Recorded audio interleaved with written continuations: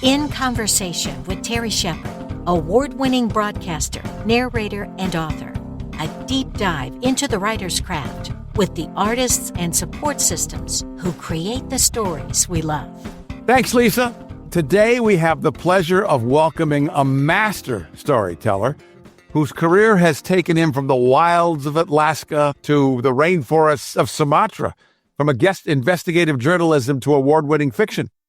Dwight Holing's path to becoming a novelist began with a third-grade essay titled Bloody Murder, a bold move that earned him an F, but also foreshadowed a future with gripping stories.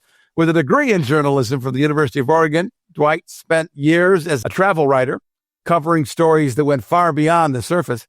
His work took him across the globe, where he reported on the illegal orangutan trade, the fight to save endangered species, the battle to protect the world's last wild places.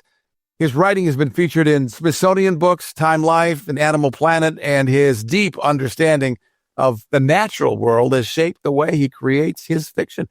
So it's no surprise that he found his way into mystery, following in the footsteps of his grandfather, who once collaborated with Hollywood legends like Billy Wilder and Raymond Chandler. Dwight's Nick Drake mystery series brings all of that experience together, blending rugged landscapes, complex characters, and high-stakes suspense. And now he's back with The Thunderhead, the latest installment in the series. Dwight Holing, welcome to Conversation. It's great to see you. Well, it's great to be here, too, and thanks so much for inviting me. We, had a lot of fun together in the Left Coast Crime in Denver a little while ago, and it's good to pick it up again. Tell me what got you started in mystery writing. Well, I have as you were pointing out, a sort of a circuitous path to it. I began as a journalist, and there's always a bit of a mystery when you're doing the type of journalism I was doing. You do your research ahead of time, but when you get there, you find things that are happening that may lead you in a different direction. So after doing a lot of journalism, I started writing short stories, and these were more on the literary side. But I wrote this one story that was kind of a lark about a con artist, recovering con artist. And I had it published in Spine Tingler magazine. I've always loved the name of that magazine. And the editor called me up and he goes, "Hey, this is a great story, but it's a series. It's a novel. You should write a series." And that led me to start writing the Jack McCool series, which are featuring Jack McCool, a recovering con artist. And they're all set in San Francisco, which was fun for me because I've been living there in the Bay Area for quite a while. And I was able to explore San Francisco through the eyes of a con artist. And at that time, the San Francisco Giants were on a tear. They were winning World Series left and right. All the restaurants were going on. So it just was a rich environment to write mysteries. Was it hard to make the shift from journalism to fiction writing? Two totally different genres. They are two different genres, but there's a lot of similarities as well, because as in journalism, the kind I was doing, I was not a newspaper reporter. I was a magazine writer, and I would be doing feature stories and travel stories, adventure travel, writing for environmental magazines. And there's always a character in it, and there's always conflict in it, and there's always setting in it. And those are the main ingredients of any novel, especially a mystery. When you're doing investigative reporting, there could be bad guys, whether they're polluters or poachers or illegal pet trade. So that just sort of manifested itself into taking a look and going, okay, how can I fictionalize some of this? For those new to the series, introduce us to Nick Drake and what makes him such a compelling protagonist. Nick Drake is a recovering Vietnam veteran. So my series starts off in 1969. He had just finished doing 3 tours in Vietnam. He was wounded, both mentally and physically. On the mental side, his entire squad was ambushed and killed. He was the only survivor in it. He was a sergeant. He was running what are called lurks, or long-range reconnaissance patrols. He gets addicted to heroin. He ends up in Walter Reed Hospital. Back then, they didn't call it PTSD. It was combat fatigue. Before that, it was battle fatigue. Before that, it was shell shock. Anyway, the Fish and Wildlife Service at that time had a program where they would take Vietnam vets and turn them into wildlife rangers. And that's what he did. He was transported from Walter Reed to Harney County, Oregon, which is really out in the middle of nowhere. And from there, the series takes off and we get to discover who he is. He's gritty, he's tough, but he also is straight from the heart. without giving too much away, what's the central conflict in The Thunderhead, and how does it push Nick Drake to his limits? The Thunderhead is a real personal story for Nick Drake, and I'll get to that in a second. But when I set out to write this, I wanted to do more of a police procedural. So I paired him up with the local county sheriff, who is a feature in a lot of the other novels as well, Pudge Warbler. But Pudge Warbler is suffering from cancer in this particular novel, and Nick is working with him, sort of helping him solve this grisly crime that's taking place up in part of Harney County, where a land development deal is going on that is pitting ranchers against developers who want to turn it into the next Sun River. Sun River is a big, true light existing resort area in Central Oregon. And it just creates a lot of conflict then, because are the developers really developers, or are they swindlers? So that's part of the conflict. It comes back to Nick Drake when the bad guys start to threaten his family and the town that he calls home. What is the dynamic that has evolved over time between Nick and Pudge, and what makes it work? Well, it started off pretty rocky in the very first book in the series called The Sorrow Hand, where Pudge discovers him and needs him to help do some investigative work and track him, because that's what Nick does as a wildlife ranger. Then Nick falls in love with Pudge's daughter, and through the series, we see this love affair develop into a marriage and a family. So Pudge is now his father-in-law. So it's an interesting relationship, but they have a lot in common. They're both former veterans. For Pudge, he was in World War II, Nick obviously in Vietnam. And the relationship is one of respect, but also they do things a little differently. They're both tough, but Pudge is sort of old school, where Nick is a little bit more new school about coming around. And then Pudge is more your typical law enforcement, small county sheriff, where Nick sees his area are wildlife refuges that stretch from Idaho to Northern California. So he has a much bigger, broader palette to work with. Dwight Holing is our special guest. We're talking about his latest, The Thunderhead, and the whole Nick Drake series. His website is Dwight, Holing, dwightholing.com. What has been your interest in the environment and animals and all of that stuff? That seems to be a constant throughout your professional life. It really has. And I've always liked to hike and fish. And my folks had a place up in Southern Oregon in Klamath County. And that was a lot like Harney County in terms of very rural, lots of nature going on. I went to the University of Oregon in Eugene, and that provided me a jumping off part for exploring lots of Oregon and the rivers and the deserts and the mountains. But during the summers, I worked up in Alaska in the fish processing business. And after the salmon season was over, I would, put on my backpack and start hiking around Alaska and going to all the different natural areas up there. When I graduated with a degree in journalism, one of the first things I did was try to start selling myself as a travel writer, with Alaska being my specialty. And it worked. I was travel and leisure's correspondent up in Alaska, and they would send me to all sorts of different places up there, and just learning about wildlife, learning about natural areas, learning about ecosystems. And that also dovetailed into my covering the environment and a lot of the conflicts that were going on with land use, pollution, and everything. And then to top it off, I married a kick-ass environmentalist.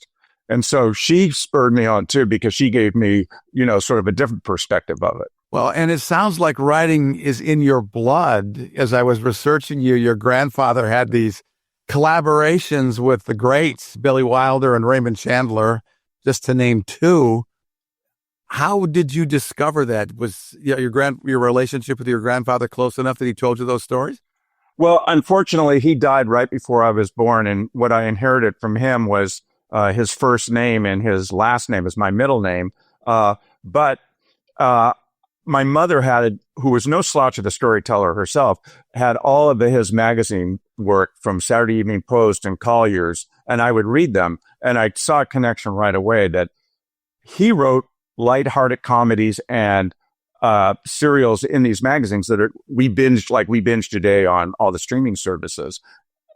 He got recruited to do work in Paramount. One of the funniest movies was called Bride wore boots, and it starred Barbara Stanwyck and Robert Cummings, Bob Cummings. And it was just hilarious stuff, real light and everything. And I liked that part of how he would approach a story. And my mother would tell me stories about him too. Like, he was a gambler and a poker player. And one morning she woke up in their bungalow and Raymond Chandler was asleep on the couch after a night playing poker and drinking gin, and he had his trademark white gloves on it. So it's just a really rich, inspiring environment to grow up in and to listen to and be inspired by it. Your novels have this strong sense of justice. What themes do you explore in The Thunderhead when it comes to right and wrong? This one was really taken to a new level where I have a character in there who my books feature a lot of different characters from the Native American community, American Indian community. And there is a character there who is actually a fish out of water. She's down from Alaska. She's Tlingit, and she's looking for justice herself. And she tells this legend about the difference between justice and vengeance. All the characters in this book have, one time or another, have to discover for themselves, are they seeking justice? Or are they seeking vengeance? Are they seeking the same thing? And how you differentiate between the two. Where is Harney County?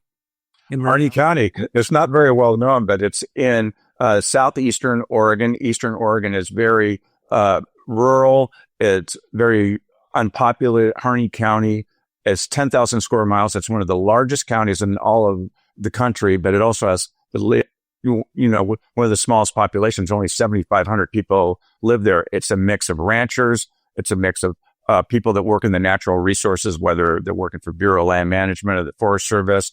Has a strong Native American population. The Northern Paiute have a colony outside of Burns, the Burns Paiute. It's just Basque, sheep herders there. It's just a very interesting place, but it's the spectacular beauty of it that really inspires me to write. And that's works perfect for having a wildlife ranger as a protagonist, because Harney County is also home to Malheur Refuge, one of the most famous for birders around the world. But people come from everywhere during the spring and fall migration because there's so many birds using the Pacific Flyway, hundreds of different species that you can see up close and personal. Well, and Harney County is so richly drawn in your stories that it feels like a central character. How do you research something like that? On the ground, being there, meeting people, but just driving every road that I'm going to put Nick Drake on, standing on top of Steens Mountain, which is the biggest landform in all of Harney County, so you can look out across the Alvord Desert, which is a big salt basin. You can look in the other direction and see the Cascades Mountains off to the far west. You can see a sea of purple sagebrush. If you're there at night, you see more stardust than anywhere because there's no city lights to really interfere with yourself. That stardust carries you in your dreams forever. Describe your creative process as a writer. How do you do it?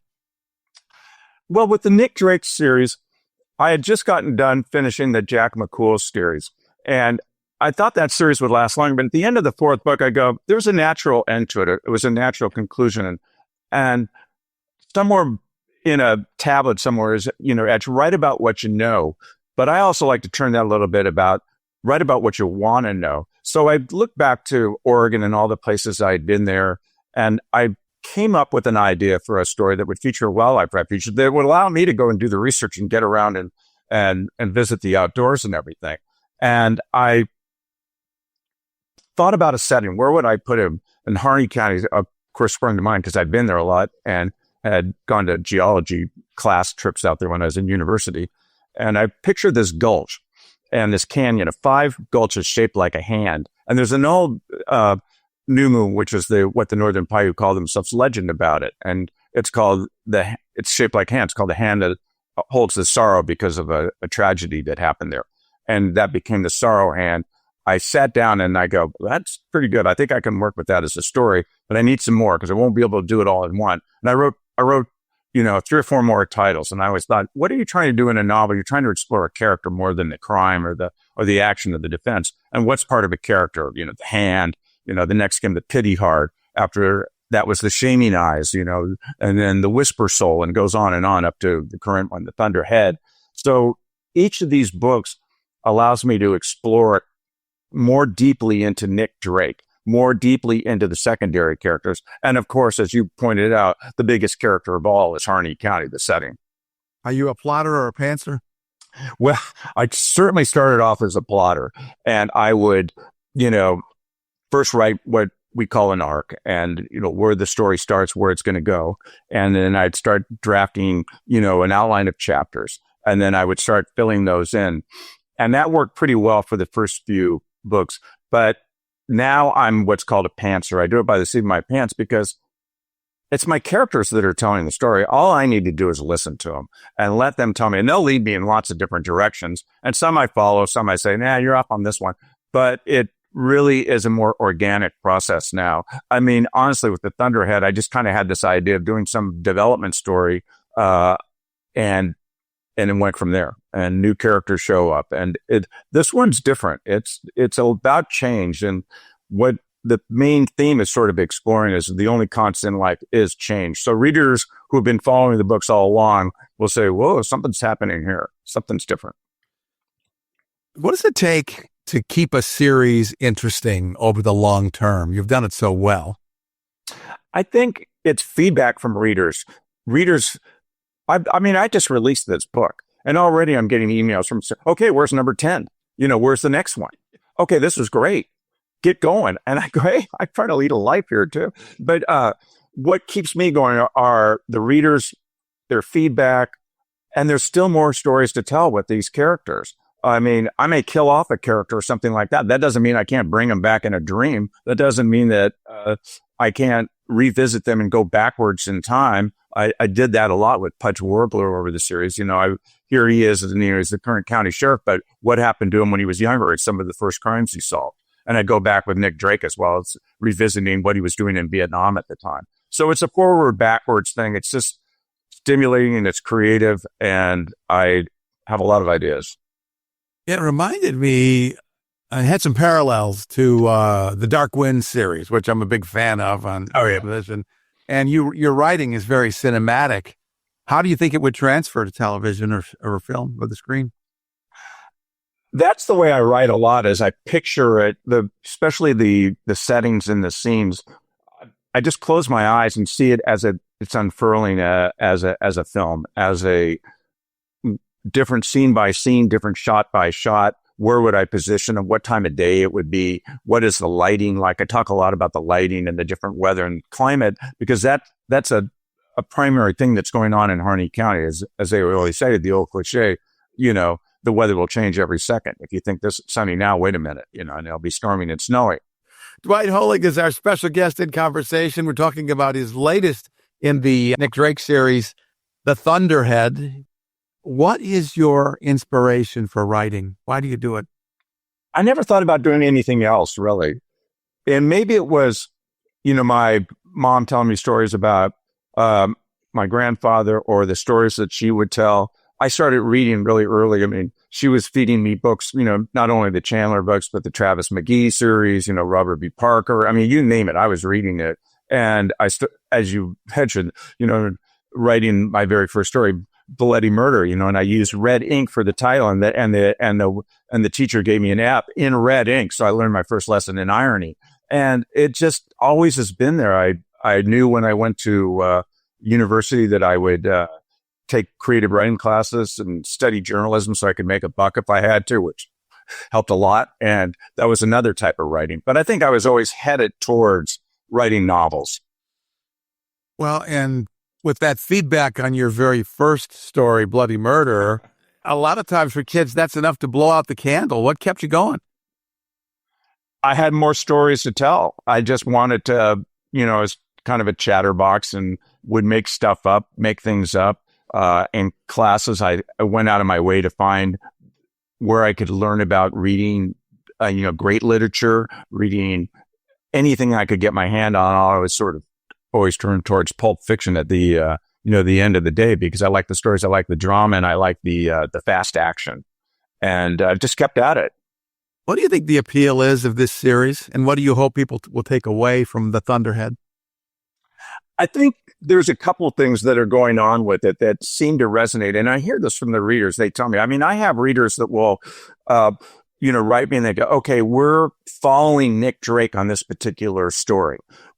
In The Broken Blood, he has a partner in doing wildlife refuges who's a member of the Klamath Nation that the story takes him along following Chief Joseph's, flight to freedom. But it's set in the 70s and there's a different storyline going on. And I've had people say, oh yeah, I drove that. I followed that. That's a great road. Or, hey, when you're writing about this, I didn't see that there. Where do I look exactly for that? So that reader engagement is really important. What also keeps me going is the development of the characters, not only coming up with new characters, but the existing ones, the primary characters. There's Nick. Now he's married to Gemma, the sheriff's daughter, and she's very,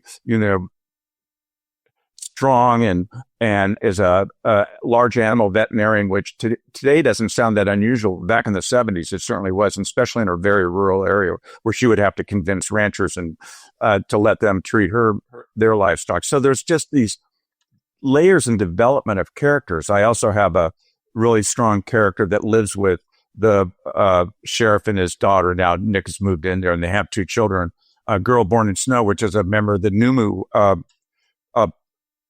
tribe that lives there, the Northern Paiute. And she's a good window into helping readers learn more about the very rich cultural traditions of the local populace that's been there for 10,000 years and more. What has been their reaction? It's always a risk when we're writing something like that about a different culture. How have they reacted to the series? Yeah, this is a pretty good one because a lot of talk has been about cultural appropriation. I'm well aware of that. But I have a friend who's a member of the Cherokee Nation, and he goes, if you do it with a lot of good research, talk to a lot of people, you're honest, respectful, we need people to get our stories out. We need more awareness about what we've gone through, what we do, what our songs are like, what our prayers are like, what our dancing is like, the hardships we've been put on, how we respond and react to the world and that we live in. As he says, it's a win-win. As long as you sort of follow those guidelines and you're not, like the old Westerns. What's next for Nick Drake? I don't want to give away surprises and endings in this book, but as I keep saying, this story is about change. The only constant in life is change. And so things will be different in the next books. And I've already had one reviewer that put in there and it says, oh, you're going to set off into a new direction, I can tell. So where is it? I want book number 10.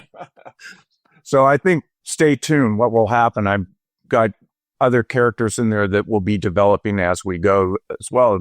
Nick's daughter, and he has an adopted son from Saigon. And so they have stories to tell as well. There's a lot of stories out there to keep telling. The book is The Thunderhead. It is the latest in the Nick Drake series, written by our special guest, Dwight Holing. It's a great read, highly recommended, and it's available wherever cool books are sold. Dwight, this has been fantastic. Thanks so much for the conversation. This has been a hell of a lot of fun. I appreciate it very much, so thank you. In Conversation with Terry Shepard is a copyrighted presentation. All rights reserved. I'm Lisa Davis. Join Terry Shepard next time in Conversation.